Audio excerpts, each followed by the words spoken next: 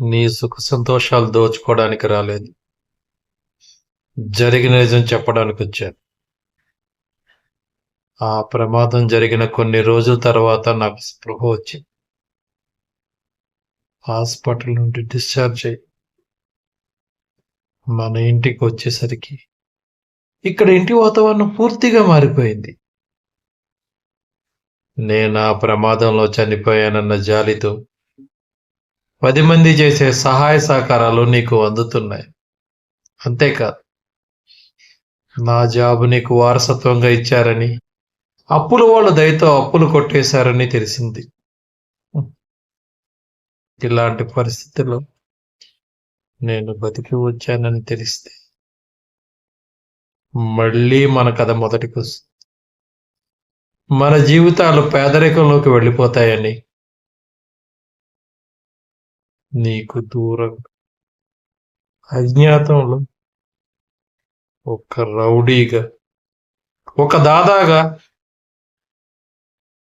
భాష అన్న పేరు ఇన్నాళ్ళు ఎక్కడో దూరంగా బతికా.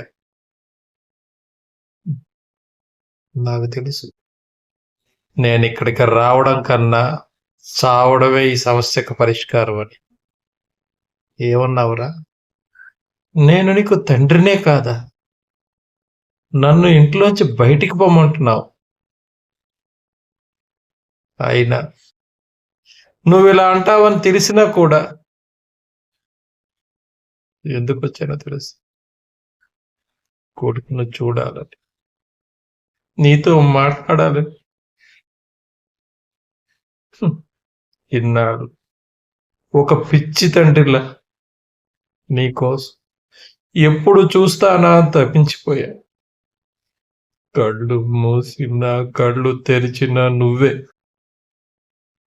కానీ నా ప్రేమ నీకు పిచ్చిలా కనబడదు, అంతే. నాలాంటి తండ్రులకు కాదు, బిడ్డల మీద ఉన్న ప్రేమ ఉన్న తండ్రులకు చచ్చే, అది ప్రేమ ఏంటి?